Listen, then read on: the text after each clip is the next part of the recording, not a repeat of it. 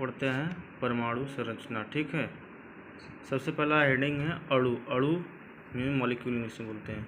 अणु किसे कहते हैं?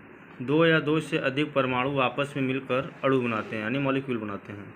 दो या दो से अधिक परमाणु आपस में मिलकर अणु बनाते हैं, जिसे इंग्लिश में मॉलिक्यूल कहते हैं। ठीक, अब उसके बाद आता है एलिमेंट, तत्व।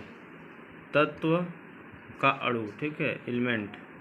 तो जब समान प्रकार से कई परमाणु आपस में मिलते हैं तो जब समान प्रकार से कई परमाणु आपस में मिलते हैं तो हमें तत्व यानी एलिमेंट का अणु प्राप्त होता है। जैसे मोर देन एग्जाम्पल, उदाहरण में देख लेते हैं। हाइड्रोजन के दो परमाणु, ठीक, हाइड्रोजन के दो परमाणु हाइड्रोजन का एक अणु H2 बनाते हैं, H plus H is equal H2। ठीक, इस तरीके से होता है। ये है हाइड्रोजन परमाणु प्लस हाइड्रोजन परमाणु बराबर हाइड्रोजन अणु। H2 हमारा क्या हो गया? हाइड्रोजन अणु हो गया। ठीक है, अब आते हैं यौगिक का अणु। ठीक है, इसको देखते हैं।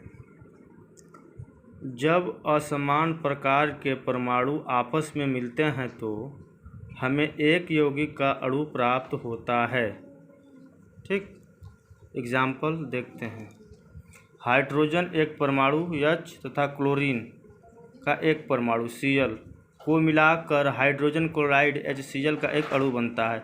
H plus Cl is equal HCl। ठीक है, हाइड्रोजन का एक परमाणु क्लोरीन का एक परमाणु है। ठीक है, इसको करेंगे तो हाइड्रोक्लोराइड का एक अणु बनेगा। ठीक है, यानी H plus Cl is equal to HCl, एक इसका परमाणु बनता है। अब आगे पढ़ते हैं हम लोग।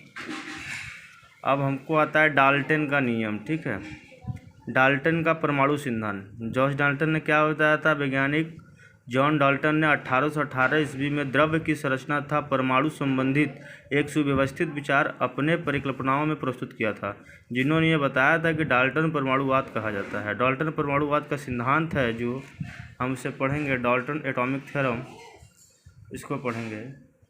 कि पहला इन्होंने बताया था कि पदार्थ या तत्व अनेक सूक्ष्म कणों से बना है, उसे हम परमाणु कहते हैं। अगर पदार्थ या तत्व एक सूक्ष्म कण से बनता है जिसे हम परमाणु कहते हैं, ऐसे भी कह सकते हैं। और उसके बाद हमने लिखा है यहाँ पे कि परमाणु को न तो नष्ट किया जाता है ना ही बनाया जाता है। ठीक है, यह अविभाज्य होता है। ठीक, ना इसे हम बना सकते हैं ना इसे हम नष्ट कर सकते हैं। और एक थ्योरम में भी बताया था उन्होंने कि एक ही तत्व के परमाणु का भार और आकार, ठीक, भार, आकार और इसका गुण सामान्य होते हैं, किंतु अगर तत्व के परमाणु भी होता है, अब परमाणु सरल पूर्णांक अनुपात में प्रयुक्त होता है। अब परमाणु का संगठन कैसे होता है?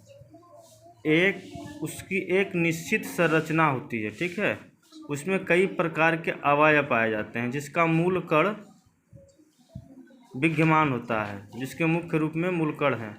इसमें मूल कण होते हैं इलेक्ट्रॉन, न्यूट्रॉन, प्रोटॉन। ठीक है, इलेक्ट्रॉन ग्राही है और ये दाता है, इस तरीके से सब रहते हैं आपस में। इलेक्ट्रॉन के बारे में जो है कि जे थॉमसन ने बताया, इलेक्ट्रॉन का आविष्कार सर जे थॉमसन ने किया था। ठीक है, इन्होंने कैथोड की किरणें का अध्ययन करके और बताया कि अति सूक्ष्म कण जो कि ऋण आवेशित मूल पे होते हैं।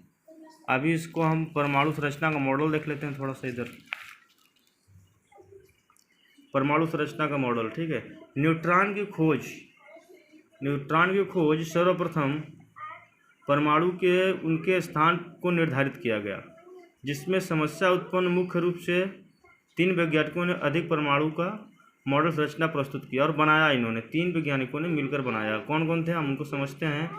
हमारे जे थॉमसन थे जिन्होंने परमाणु का मॉडल बताया, और रदरफोर्ड जी थे जिन्होंने नाभिकीय मॉडल बताया। नील्स बोर जो थे वो मॉडल उन्होंने बताया था। जे थॉमसन का देखते हैं उन्होंने क्या बताया था।